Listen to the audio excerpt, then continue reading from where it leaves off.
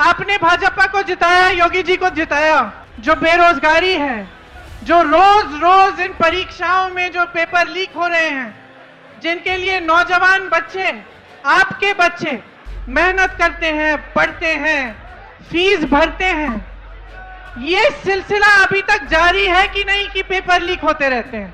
बताइए, जारी है? तो जब आप 2 साल बाद सरकार चुन रहे थे, आप चुनाव में अपना वोट डाल रहे थे, तो मैं जानना चाहती हूं कि आप क्या सोच रहे थे? क्या आपने सोचा, सुनिए, क्या आपने सोचा कि यहाँ का विकास होगा? सोचा था? अब यहाँ पे पीतल के कारखाने हैं, बड़े बड़े पीतल के कारोबार है, क्या आपकी तरक्की हुई है? हुई है। जितनी भी मदद आपको सरकार से मिलनी थी वो बंद हो गई, ऊपर से जीएसटी, और जितना काम कर रहे थे उसका शायद आधा काम कर रहे होंगे आज। मुश्किलें कम हुई हैं या बढ़ी हैं? बढ़ गई हैं। यहाँ नौजवान है सारे, उस समय मैंने पूछा था रोजगार मिलता है, आज रोजगार मिल रहा है। तो ये जो मेहनत कर रहे हो, जो 4-4 बजे सुबह पुलिस में भर्ती होने के लिए दौड़ लगाते हो, तो सेना में भर्ती होने के लिए दौड़ लगाते हो, उसके बाद जब परीक्षा लिखते हो, उसके लिए फीस भरते हो, माँ बाप मेहनत करके ट्यूशन में भेजते हैं, ये सब करने के बावजूद क्या होता है? आपको मालूम है कि 28 लाख बच्चों ने, यूपी के 28 लाख बच्चों ने पुलिस का भर्ती का इम्तिहान दिया है। 28 लाख, सोचो, इसका मतलब है कि यूपी के लगभग हर गांव में से 4 या 5 नौजवानों ने ये परीक्षा दी। एक आशा थी, एक उम्मीद थी उनके मन में, ये नहीं कि मुफ्त में कुछ मिल रहा है। पढ़ के मेहनत करके वो चाहते थे अपनी परीक्षा में पास हो। क्या हुआ? पेपर लीक हो गया।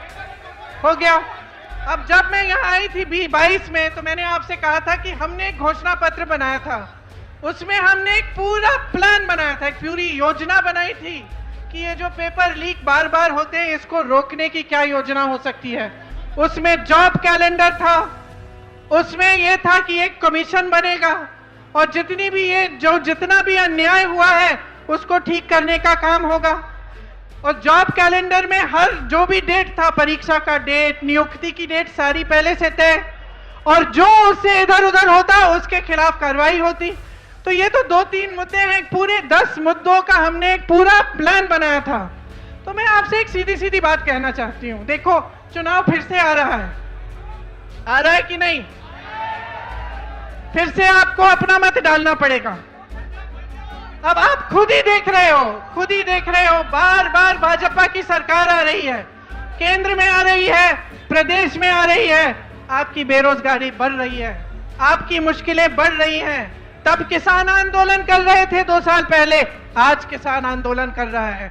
तब सड़क पे बैठे थे ठंड में, सर्दी में, आज बैठे हैं। तब उनकी सुनवाई नहीं थी, आज उनकी सुनवाई नहीं है।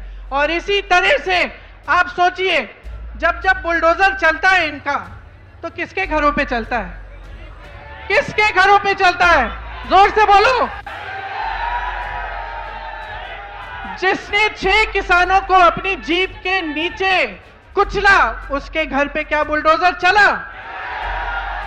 जिसने महिलाओं के साथ अत्याचार किया, उसके घर पे बुलडोजर चला?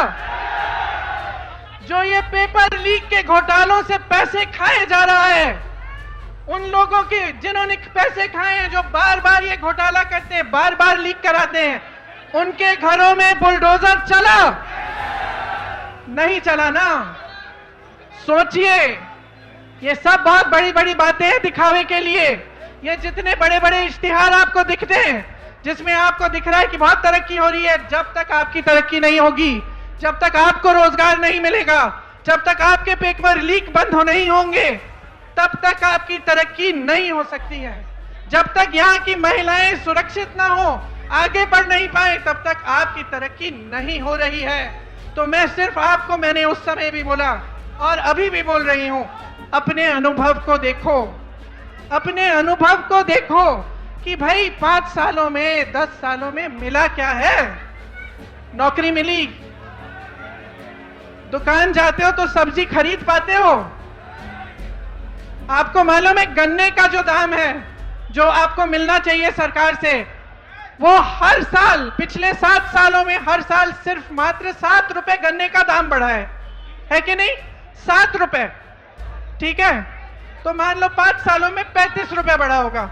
और आप जब सब्जी खरीदने जाते हैं तो कितने बढ़ गए दाम? आलू मिलता है, प्याज मिलती है, टमाटर मिलता है। आप जाते हो 3 चीजों को लेने के लिए, घर आते हो 1 लेके। तो भाई देखो, जब तक आपको खुद समझ में नहीं आएगा, जब तक आप अपने अनुभव पर नहीं उतरोगे, तब तक कुछ नहीं बदलने वाला। हम चीखते चिल्लाते जाएंगे, कुछ नहीं बदलेगा।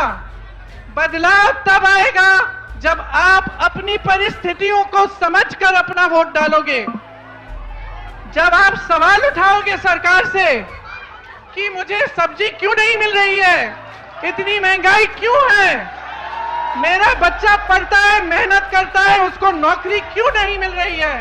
जब तक ये सवाल आप नहीं उठाएंगे, जब तक इन परिस्थितियों को देखते हुए आप अपना वोट नहीं डालेंगे, तब तक आप इसी खाई में डूबे रहोगे। इसीलिए मैं आपसे कहना चाहती हूं, इस खाई में से निकलो। जब वोट डालने जाते हो, सोच समझ के अपना वोट दो। कांग्रेस पार्टी के पास योजनाएं हैं, करके दिखाया है, और आप सब अपने ही अनुभव से ये चीज समझते हैं। तो आज आपके बीच आकर मैं सिर्फ इतना कहूंगी कि जो भी वोट आप डालने जा रहे हो, बड़ी बड़ी बातों पे मत डालो, जो ऊपरी दिखावा है उस पे मत डालो। जो तुम्हारी जिंदगी में गुजर रहा है, जो तुम्हारा जीवन है, तुम्हारा अनुभव है, तुम्हारी परिस्थिति है, उसको सोच, उसको समझ के कि ये क्यों हो रहा है आपके साथ, तब वोट डालो। ये न्याय यात्रा है। राहुल जी, भारत जोड़ो यात्रा में 4000 किलोमीटर क्यों चले? इस देश को एक रखने के लिए, ये कहने के लिए कि ये देश एक है, सब एकजुट हो जाओ, आगे बढ़ोगे। आज भारत जोड़ो न्याय यात्रा पे निकले हैं, तो इस यात्रा में न्याय शब्द क्यों जोड़ा है? न्याय शब्द इसलिए जोड़ा है क्योंकि आज यहाँ के नौजवानों के साथ, देश के नौजवानों के साथ अन्याय हो रहा है। आज देश की महिलाओं के साथ अन्याय हो रहा है। आप मेहनत करते हैं, आपके पेपर लीक होते हैं। आप मेहनत करते हैं, आपको नौकरी नहीं मिलती, रोजगार नहीं मिलता। आप मेहनत करते हैं, महंगाई का सामना करते हैं।